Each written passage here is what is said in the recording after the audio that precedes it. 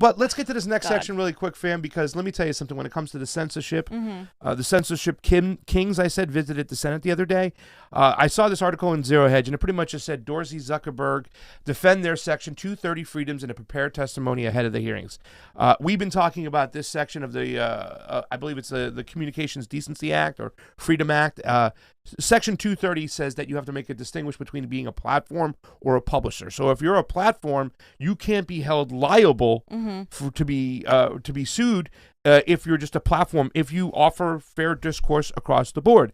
However, there are some certain situations where, if you're inciting violence or you have hate speech, they can take you down and they won't get a smack on the hand. Now, when I saw this article, it was before the C-SPAN hearing that was this morning. Who's the original article from? I can't remember who. But really, I just said that they're getting ready to go there and talk about 230. So really, the article didn't offer a lot. It was before the actual situation, before the actual Senate hearing. So I dove into the Senate hearing today. Now, we're not going to go over the whole thing because it's a 3-hour Senate hearing. So we're going to go over some of the witnesses and some of the testimonies that went on, and we're going to talk about them. So now the opening statements from Senator Wicker. He's going to talk about what the meat and potatoes of this Communication Act and what this hearing is about. We talk about this all the time, fam, because this is where they've gotten away from not being held liable. However, they've been tweaking their algorithms. They've been choosing winners and losers, and they should be held accountable for it. Now, Donald Trump wants to strict the whole 230 act because he says no. If they're not going to play by the rules, then they should be held accountable. If they're going to be played a publisher, you know what I'm saying? Let them be sued. Then somebody wants to sue them for unfair use or for suppressing them without reason. Let them be sued. However, I would just like to see this act instated and run fairly and have the what's the words I'm looking for? The orders of what you can do. The rules, in other words, allow for transparency. They would have to tell you why they're taken down. They have to be seen, whatnot. And they talk about all these issues, the way they can censor you, shut you down. Johnny knows about this. When they shut us down for the last one, were they kind of vague in why they shut us down, Johnny? Or were they specific on why they shut us down? No, they were extremely vague. Extremely vague. You hear what I'm saying? So They've they always said, been extremely vague. Yes, always vague. And that's the thing. They really don't have to tell you why they're suppressing you, and you don't get an answer. And they have millions and millions of dollars, billions of dollars. They can hire people to sit over there and talk and tell you why. So there's a lot of things to unpack when it comes to this testimony over here. So let's talk about what Section 230 of the Communication Act is all about. This is 106. Johnny has some of the stuff up. We'll talk about it right after. Just listen to what he says this is about. This is the meat and potatoes of the hearing. And to Section 230 of the Communications Decency Act, often referred to as the 26 words that created the Internet. There is little dispute that Section 230 played a critical role in the early development and growth of online platforms. Section 230 gave content providers protection from liability to remove and moderate content that they or their users considered to be, quote, obscene, lewd, lascivious, filthy, excessively violent, harassing, or otherwise objectionable, end quote. This liability shield has been pivotal in protecting online platforms from endless and potentially ruinous lawsuits. But it has also given these internet platforms the ability to control, stifle, and even censor content in whatever manner meets their respective standards. The time has come for that free pass to end. After 24 years of Section 230 being the law of the land, much has changed. The internet is no longer an emerging technology. All right, you can kill it right now. All right, and go to the next part. And he also talks about the repercussions. In other words, when this started out, fam, they put this in there so these platforms could grow. They didn't realize the power and the potential they could have to censor speech, to change the narrative, to suppress one, to put forth. So they didn't realize the dangers they were walking into when they started Google, or at least maybe they did, maybe they didn't. But yeah. Google, Facebook, and Twitter, these are the three CEOs that were called there. Jack Dorsey, Zuckerberg, and the other gentleman from Google. I have a hard time pronouncing his name. Big Obama supporter. And, you know, these laws that were put into place were there to protect people. In other words, to promote free discourse, to get out there to say why. However, they've outreached their power, and they do it through their censorship. And most of this hearing, a lot of this hearing was about, some of the Republicans were making it all about, why are you going after the president, but you're letting the Communist Party of China still post stuff? Why are you suppressing Hunter Biden information, but letting the dictator of Iran go out there? So you still heard that Republican kind of like sentiment of like, they want to censor other people of sorts sometimes. Like Right. they didn't remove that fear that they would stop, censoring people, you know what I'm saying? So, but there were a couple Republicans who did stay on point, and I was very happy to the fact that the Republicans circled the wagon and still ended up with, well, why are you suppressing this person and not suppressing the other? You want to say anything to that? Because I would just want you to. Go ahead. Now, this is something, and this Pastor, is real quick. What ahead. was said in the last clip that we just saw? So basically, this is the rules of the internet. Who was that guy? That was Senator Wicker. Okay, that's Senator Wicker. Senator Wicker. But it's a Chairman Wicker. Yeah, but he's a senator. He's a chair or something. Yes, he's of one. He's a couple bills out there right now too as well. He talks about. He's a senator. He's just the chairman of that committee. Yeah. Okay. Of the committee that's there. So he's the one who brought forth the Senate hearing and conjured up Jack Dorsey and then the rest of the crew the one to do that's so. trying to hold them accountable, basically. So it's the put them on Senate trial. Commerce, Science, and Transportation Committee. Yeah. Okay. Yeah. Okay. He talks about 230. Okay. Now 230 is a provision in there that says that these platforms will not be held liable and they can't get sued if they promote themselves as a platform where you can go up and put stuff there. Now you can't incite violence, you can't go over the line, but using that little kind of niche little area where it's saying, well, this is ludicrous, this is false information, this is wrong, you can't do that. You know what I'm saying? That's an issue, fam, because now they have they can play favorites. They can pick winners and losers. So he's the chair of the committee. He also thinks that Section 230 should be gone. He doesn't necessarily say that. Yeah, He says it should be eliminated. The time has come to end it or something. Well, he wants to redo it, whatnot. Yeah. He doesn't want to just eliminate it altogether, where the president wants to eliminate it. Even Joe Biden says he wants to eliminate it. I don't know what he means by Well, that's that. what you said, though. But he kind of talks a little bit more about it. This is a long thing, and I had to listen to his opening remarks. He kind of talks about it can't stand the way it is right now, 230, if there's no transparency behind it. In other words, if Google or Twitter or Facebook doesn't allow you to know what's going on, it's kind of like that black box voting situation. The same thing occurs right here. They get away with murder because there's no oversight and they can play favorites. And they also talk about that Hunter Biden getting censored on the Post, while meanwhile Russiagate for years went on and nobody censored a goddamn thing. So they do talk about that. So once again, he's not clear about that, John, but he does talk about the way 230 is existing right now, that it can't go on without the transparency of these tech companies telling you why they are censoring you.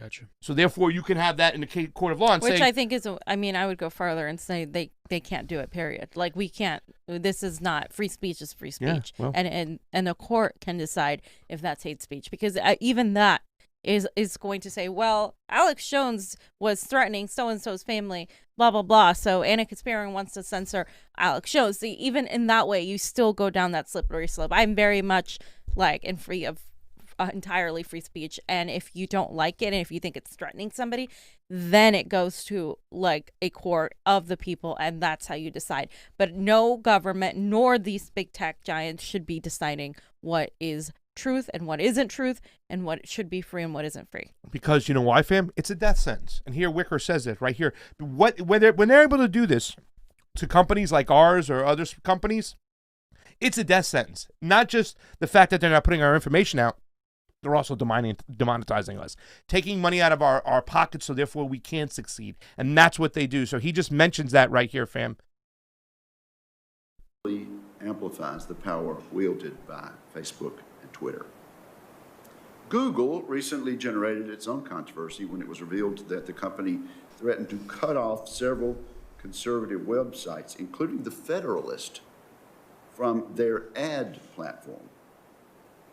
Make no mistake, for sites that rely heavily on advertising revenue for their bottom line, being blocked from Google's services or demonetized can be a death sentence. According to Google, the offense of these websites was hosting user-submitted comment sections that included objectionable content. All right. pretty But much I Google's wanted to point out right there what the ramifications, fam. It's a death sentence. They play God, Google, Twitter, Facebook. The power that they have is ridiculous. They can kill you if they want, and they don't even have to tell you how they kill you. You know what I'm saying? Yeah. I mean, I agree with all of this. I just think it's kind of hypocritical, too, that the Trump administration is simultaneously prosecuting people like Julian Assange, while some of these Republicans are saying, well, Google is, stepping up their reaching oversight. So it's just kind of like free speech is free speech. If journalists are going to use it, if everybody is going to use it to expose everything, it should be a unilateral thing across the board. And I just see a lot of politicization too. Like they're only saying this because they're getting attacked too. A lot of these people.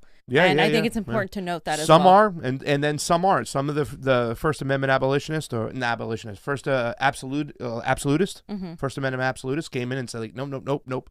And that was the last one we'll look at. But let's take a look at Jack Dorsey, because Jack Dorsey is using the avenue is that we're acting in good faith. And you have to take it that we're acting in good faith. That's what we're doing. We're trying to stop the spread of misinformation or hate speech. Or we know that's not true, but even if it were true, it doesn't matter. I mean, he's pretty much admitting that he is playing God here. So let's take a look at Jack Dorsey in this one part, 2004 to 2051. So thank you for being with us, and you are now recognized for 5 minutes, sir.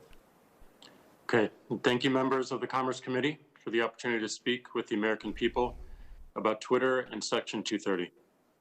My remarks will be brief so we can get to questions. Section 230 is the most important law protecting internet speech, and removing Section 230 will remove speech from the internet. Section 230 gave internet services two important tools. The first provides immunity from liability for users' content. The second provides good Samaritan protections for content moderation and removal, even of constitutionally protected speech, as long as it's done in good faith. That concept of good faith is what's being challenged by many of you today. Some of you don't trust we're acting in good faith. That's the problem I want to focus on solving. How do services like Twitter earn your trust? How do we ensure more choice in the market if we don't? There are You got it. But that's it, fam. Once again, we're acting in good faith. Just trust us. Believe us. We're doing what's right. We know better than the American people to tell them what is true and what is not truth. We're acting in good faith. And when I heard that, I was like, God, I mean, it might seem so simple and come out so easy, but it's so evil. It really is. I mean, the fact that you're sitting there and that you think you can play God with what free speech is and what it shouldn't be. I mean, they've gotten too big, fam. Yeah, I mean, it doesn't matter. Even if they were acting in good faith, like I said, they're not. But even if they were acting in good faith, they have the right to. That doesn't give you the right to be the decider of what I should hear and what I shouldn't hear, and what I should see and what I shouldn't see, what anybody should see or hear. Like that, it doesn't matter. Like good faith. Like I don't care how you feel about it. This is like about free speech and freedom of the press and no censorship. I mean, this is essential to actually having any semblance of a democracy. And right now, we are really, really, really like diving deep into fascism, because this is like 1984 Big Brother. They can control the airwaves. They can control what you see, what you hear, what you believe. So what information are you getting? Good faith can mean different things to different people. Exactly, fam. And here's something that Mark Zuckerberg points out, and this was so telling to me. It's like, once again, I put up a tweet this morning. I have to rely on Senate Republicans and stuff. And he even talks about the fact that Democrats aren't happy. There's not enough stuff pulled away. There's not enough stuff taken down, where the Republicans want more to be put up, where they want less to be taken down. So listen to Zuckerberg here. This guy's a friggin', you know my opinions about Zuckerberg. He got away with selling our information from Cambridge Analytica. And Johnny, we'll get to a point about that when Klobuchar comes up. But here's Zuckerberg. All right, so I know the feeling, Mr. Zuckerberg. Chairman Wicker, Ranking Member Cantwell, and members of the committee, every day, millions of Americans use the internet to share their experiences and discuss issues that matter to them. Setting the rules for online discourse is an important challenge for our society, and there are principles at stake that go beyond any one platform. How do we balance free expression and safety? How do we define what is dangerous? Who should decide? I don't believe that private companies should be making so many decisions about these issues by themselves. And at Facebook, we often have to balance competing equities. Sometimes the best approach from a safety or security perspective isn't the best for privacy or free expression. So we work with experts across society to strike the right balance. We don't always get it right, but we try to be fair and consistent. The reality is that people have very different ideas and views about where the lines should be. Democrats often say that we don't remove enough content, and Republicans often say we remove too much. I expect that we'll hear some of those criticisms today. And the fact that both sides criticize us doesn't mean that we're getting this right, but it does mean that there are real disagreements about where the limits of online speech should be. And I think that's understandable. People can reasonably disagree about where to draw the lines. That's a hallmark of democratic societies, especially here in the U.S. with our strong First Amendment tradition. More political ads and more she disinformation. was She spun arguing right for off more. into it. She Yeah. was arguing for more, more instead of saying, you need to stop censoring. Like that, my argument would have been like, you need to stop censoring, period. You have no right to decide who gets to see this and who gets to see this or not. It doesn't matter what you think is real or what isn't real. That's irrelevant. You don't get to decide that. The people get to decide that. No, why don't you censor this more? That's not fair. This isn't true. Blah, blah, blah. Like, no, that is like ridiculous to me. And it shouldn't be a partisan issue. This should be completely like nonpartisan. Like, okay, you protect free speech, period. That's it.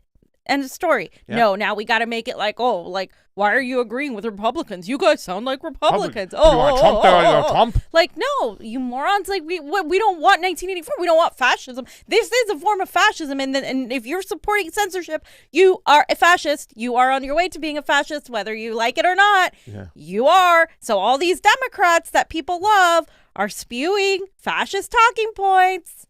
Yeah, and the fact that here's his avenue too. He's so slick, this guy. His avenue is the fact that these are the rules in place, these are the laws, and we shouldn't have to do that. In other words, he's abdicating to the Congress, saying you guys have to make laws to make these things more clear right now. That private companies shouldn't be making these calls. So he's taking it off his hands and saying, hey, man, we're just doing this to the letter of the law. You can't hold this against us. It's almost like the same people with the Breonna Taylor situation where they said they acted accordingly to the law. Well, you need to change these laws. And in some ways, fam, we do have to act. There needs to be laws put into place to protect these things. They shouldn't go on these companies. But neither the Republicans or the Democrats are acting accordingly, and they're not agreeing with each other one way or the other. I think a lot of the majority of the Republicans want to see more censorship against China, against Iran, against people they deem to be enemies of the states, where the Democrats want to eliminate any type of political rival in their news.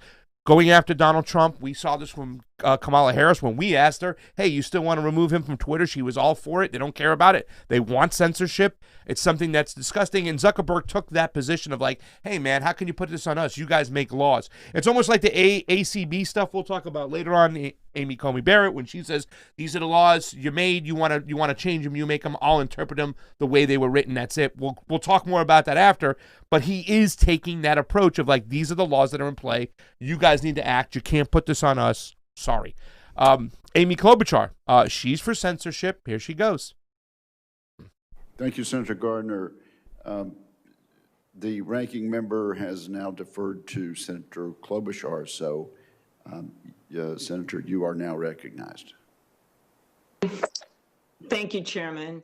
I want to note first that this hearing comes 6 days before Election Day, and it makes, I believe we're politicizing, and the Republican majority is politicizing, which should actually not be a partisan topic.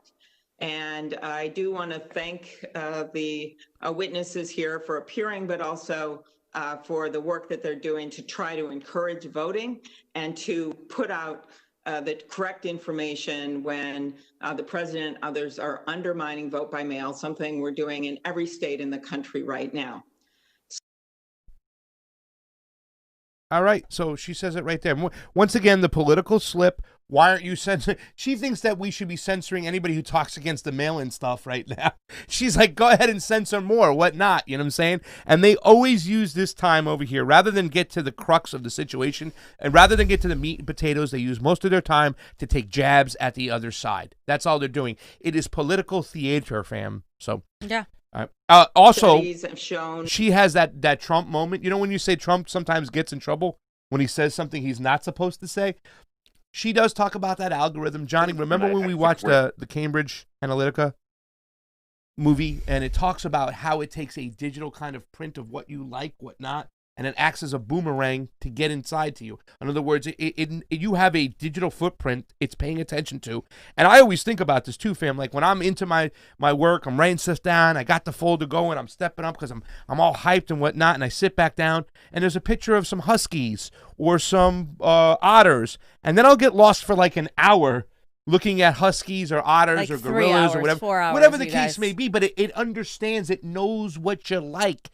You know, it has this kind of mechanism It where knows it's you're a this goon. AI, you know, it knows that I'm a goon that likes huskies. So really quick, Johnny, I just 105 a little bit about it. We'll talk about it. She mentions this, but this is something that we need to pay attention as a society about what this AI can do and how it can sense what you like, how it can toy with you. Now, they think that they're going to use this as an excuse that Putin's controlling your mind. No, it's not. But there is an AI system that is paying attention to what you look at and how they can kind of manipulate or waste your time or make you go off to something else. I just want to talk about this. We're not going to play this for long because I want to get to the last Senator Thune. We're currently leading in that area. And to your question about how we're I still have concerns, and I don't mean to interrupt you, but I have such limited time. One of the things that last thing I want to ask you about is divisiveness on the platform. And I know there's been a recent studies have shown that part of your algorithms, they push people towards more polarized content, left, right, whatever. In fact, one of your researchers warned senior executives that our algorithms exploit the human brain's attraction to divisiveness. The way I look at it, more divisiveness, more time on the platform, more time on the platform, the company makes more money. Does that bother you, what it's done to our politics? All right, you can Senator, stop that. You know, something's going on with the rock fin, Johnny. It keeps starting over or something. Something's going on. We'll have to give them a fucking. Oh my God, we'll have to talk to them after.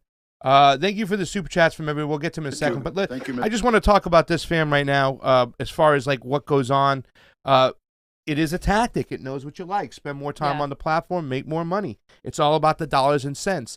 So this is another dangerous weapon that the internet does have, and it needs to be controlled. And these digital footprints, it's collecting your personal data to get this. There has to be a law for transparency where it can't collect data to have these type of practices to use them against you. We need transparency across the board when it comes to this stuff. And the last one, do you have anything to say before we get to the last one? Because this is Senator Thune. I believe he's from one of the Dakotas. He's a Republican. These are the line of questionings we need. And I'll just tell you to stop as we go along, Johnny. And this will be the last one. This is a whole big Senate hearing, ladies and gentlemen. If you want to take the time to get into it, it's a lot of stuff to take in. Please go to C-SPAN, check it out. But this is the last one I'm going to repeat because this is the testimony I liked right here. Mr. I McCallion, think you've thank gotten you. feedback Senator from the Klobuchar. lawsuit, so Thank you, I'm looking forward to our next hearing to discuss it more. Thank you. Get out of Thank you here, very Amy. much. Shut up. Senator Thune, you're now recognized. Thank you, Mr. Chairman, and I appreciate you convening the hearing today, which is an important follow-up to the subcommittee hearing that we convened in July on Section 230. Many of us here today, and many of those we represent, are deeply concerned about the possibility of political bias and discrimination by large internet and social media platforms. Others are concerned that even if your actions aren't skewed, that they are hugely consequential for our public debate, yet you operate with limited accountability. Such distrust is intensified by the fact that the moderation practices used to suppress or amplify content remain largely a black box to the public. Stop right there. Moreover, the public explanations given by the platforms for taking... All right. What do you guys think about that? Johnny, black box, fee, they don't have to tell you. They can just shut you down. Their moderation and this is something that's very, very serious right here. Which we said with this new executive order that Trump was supposedly talking about is that if they're going to stop you, if they're going to take you down, they have to tell you why. He is pointing it out that the practices they have in which they judge what free speech is or what fair speech is or what isn't biased or what is biased is unfair. I mean, I think it is, obviously, but like, I don't think it should be up to anybody, right? Like, I don't want to go to the danger of having it be the government either. Yeah. Right. We have to have the solution where it's like, okay, nobody decides this, but I feel like all the conversations revolve around who gets to decide. And it's like, well, the only people should be the public. The public I can go online and decide if I want to watch Alex Jones or not. That's it. End of story, right? Yeah. By the way, we did have 30 people on the Rockfin before shit went down. Johnny, can you continue to play that a little bit more? I just want to play a little bit more of Senator Thune. And Taking down or we'll move on suppressing shortly. content too often seem like excuses that have to be walked back after scrutiny. See? And due to exceptional secrecy with which platforms protect their algorithms and content moderation practices, it's been impossible to prove one way or another whether political bias exists. So users are stuck with anecdotal information that frequently seems to confirm their worst fears, which is why I've introduced 2 bipartisan bills, the Platform Accountability and Consumer Transparency, or the PACT Act, and the Filter Bubble Transparency Act, to give users, the regulators, and the general public meaningful insight into online content moderation decisions and how algorithms may be amplifying or suppressing information. And so I look forward to continuing that discussion today. My Democrat colleagues suggest that when we criticize the bias against conservatives, that we're somehow working the refs. But the analogy of working the refs assumes that it's legitimate even to think of you as refs. It assumes that you 3 Silicon Valley CEOs get to decide what political speech gets amplified or suppressed, and it assumes that you're the arbiters of truth, or at the very least, the publishers making editorial decisions about speech.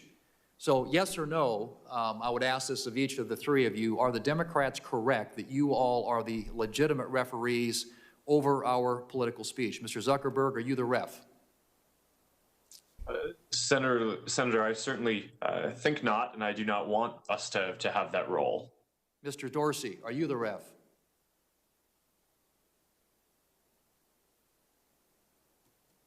No. Mr. Pichai, are you the ref? Senator, I do think we make content moderation decisions, but we are transparent about it, and we do it to protect users. But we really believe and support maximizing freedom of expression. Yeah, bullshit. I'll You take can't that. support freedom of expression when you are censoring it. Like it doesn't take a rocket science. I mean, this is like the Google That was a good question. to them. CEO. Yeah. Like this is like you can't say with a straight face you support freedom of speech when and freedom of expression when you're censoring it. It doesn't matter if you censor it a little bit or no. You can't censor it, in my opinion, period, because this is always the slippery slope. It always ends up happening. And when you're a powerful big tech company that has so much oversight over so many people's information, data, etc., you definitely shouldn't have the power to decide what they should and shouldn't see. Yeah. We're going to leave it at that for now. And Hold on, let's play a little bit more. you want to play a little bit more? Yeah, just give me a Okay, second. go ahead. 3 knows, and I agree with that. You are not the referees of our political speech. That's why all 3 of you have to be more transparent and fair with your content moderation policies and your content selection algorithms, because at the moment, it is, as I said, largely a black box. There's real mistrust among the American people about whether you're being fair or transparent. And this extends to concerns about the kinds of amplification and suppression decisions your platforms may make on Election Day and during the post-election period if the results of the election are too close to call. And so I just want to underscore again for my Democratic friends who keep using this really bad referee analogy, Google, Facebook, and Twitter are not the referees over our democracy. Now, second question, the PACT Act, which I referenced earlier, includes provisions to give users due process and an explanation when content they post is removed. So this is, again, a yes or no question. Do you agree that users should be entitled to due process and an explanation when content they post has been taken down? Mr. Zuckerberg. Watch this, Johnny. Senator, I think that would be a good principle to have. Thank you. Mr. Dorsey. Absolutely. We believe in a fair and straightforward appeals process. Great. Mr. Bashai? Yes, Senator. All right, stop. Thank you. Did they give Tulsi Gabbard due process? Did they even let her know why they took her down? Did they give us They give due an process? explanation, but it's like the briefest explanation It's ever. broad. That's why It's it's broad. very vague, ambiguous, and broad. Yeah, because it has to be broad so they can take down more people. If it's very specific, then it's not going to do the job they wanted to do. They're over here lying out of their ass saying, yeah, but that's not how they're acting. Zuckerberg's pause to me was the Yeah. most telling. Mr. Zuckerberg, and once again, I have to rely on a Republican senator, Mr. Thune, to ask the proper questions to expose what this power these people have and the mechanisms which they keep power, and they are slanted to one party in this particular situation. Dorsey, Zuckerberg, Pichai, they all want the Democratic Party in there because the Democratic Party allows them to do what they want to do. The Democratic Party is now the party of censorship. So early in the show, we had our foreign policy from Mr. Obama, Biden, and Kamala Harris, and now we have the second reason why you can never vote for these Democrats, especially the new Democrats in there. They cheer on censorship, they let it go, and we have to count on a friggin' Republican from South Dakota to get some transparency into what's going on and ask the hard questions. I mean, it's just really sad because on one hand, you have the Republicans who will like literally, push out racist rhetoric, who literally are anti-immigrant, who don't care about poor people. And then you have the Democrats who also don't care about poor people, then push censorship and are extremely pro-war. Not say the Republicans aren't either, but they're like trying to one-up them at this point. It's like what do we have? Well, that seems pretty much the same to me. We have one giant oligarchy. Yeah. Like, I don't want to give credit, at all to these two representations of a two-party system because that's all they are. They're a thinly veiled representation. They're not real. It's an oligarchy. These people are working in tandem. There's only certain voices that are trying to do a little bit of good, and that you can recognize the good that they're trying to do. I mean, this guy's bringing up really good points. He happens to be a Republican. Oh, well, I agree with his points. I don't give a damn whether he's a Republican or a Democrat. And I think there has to be that ability in a lot of the left to be able to see that. Otherwise, you're going to end up cheering for more war and more censorship just because you want to own the Republicans. Yeah. And that's not how it works. Yeah, not balls how and it should strikes, work. fam. Balls and strikes. I agree with you 1,000%.